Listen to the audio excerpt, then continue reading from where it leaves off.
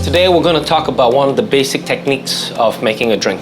We're going to start off with stirring, which is basically trying to get the right dilution and the right temperature for your cocktail. Stirring a drink is usually used for drinks that are spirituous, that contains more alcohol and ingredients that are not as viscous. So they usually do not contain syrups or fruit juices and are predominantly made out of liqueurs, spirits, wines, vermouths, etc.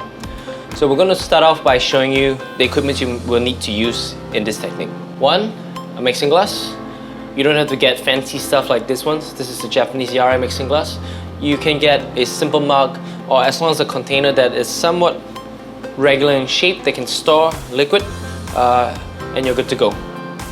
Some of you guys may have seen bartenders using a different kind of glass, which looks like a regular beer glass, pint glass as we call it. That is known as a Boston glass, and you can use that as well. Now, the equipment you're going to need to use is a spoon. You can get a bar spoon pretty much at any hardware shop, at any department store that sells kitchenware. You don't have to get a nice bar spoon if you don't have the ability or the money to. You can even use something as simple as a chopstick or a long stick. So for this example, I'm just going to start out with a little bit of water in the mixing glass. When you're icing your Yara glass, you want to make sure that the ice fills up to a certain level, so there's not too little where it's just above the water, and it's not too full where it's over the brim. Somewhere along the level like this is fine and will work well enough. Using a spoon to actually stir the drink.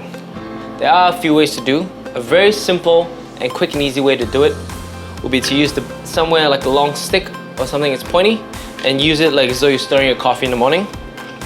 That works. The idea is to allow all the ice to move together as one whole piece rather than swishing it across back and forth, causing the ice to move around. Because this way you get ice to crack and break, and you get unnecessary dilution and less control.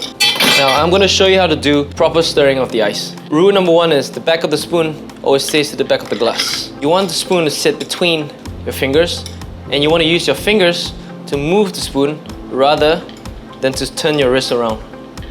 How I do it is I gently place the spoon between my index finger and the thumb, just to hold it ever so lightly but not twist it. And I put the spoon between my ring finger and my middle finger, and as I pull with the middle finger, the spoon goes back, and I push the ring to push the spoon forward. So it's a two-step movement. Pull the middle finger, push with the ring finger. Pull the middle finger, push with the ring finger. And you just repeat that in a faster motion. So I'll do it in one full example now.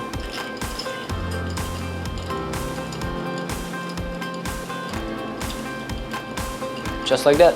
And all you need to do is just practice and practice and practice. So that concludes today's technique lesson of stirring a drink.